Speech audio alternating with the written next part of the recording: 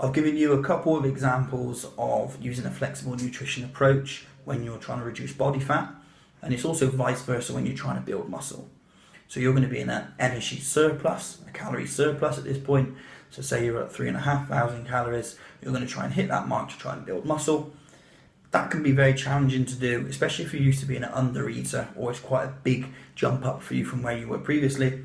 That's going to be a challenge if you struggle, if you just focus on eating unprocessed, one ingredient foods, so your fish, so your meats, so your vegetables, etc.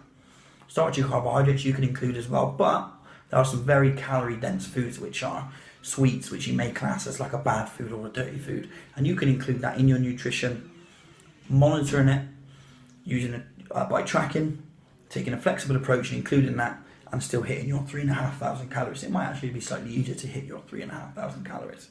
The issue comes in, and I might have mentioned this previously, I can't quite remember, is when those foods are so calorie dense and so moreish that you then overeat. So instead of being, right, I'll have one or two of these things, and of course muffins and stuff, they come in packs of 4 or 6. Like if you're going to eat one, you're probably going to eat 2 or 3.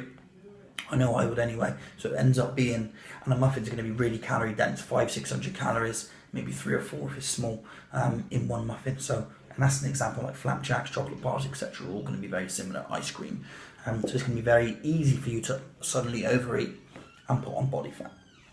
So that's why you should always have, and again I might mention this just now, always have a foundation of unprocessed one ingredient foods, which then you add in your starchy carbohydrates when you need to, and then you add in some extras that fit into your nutrition. But there is no problem with you including something like that in your nutrition on a very regular basis.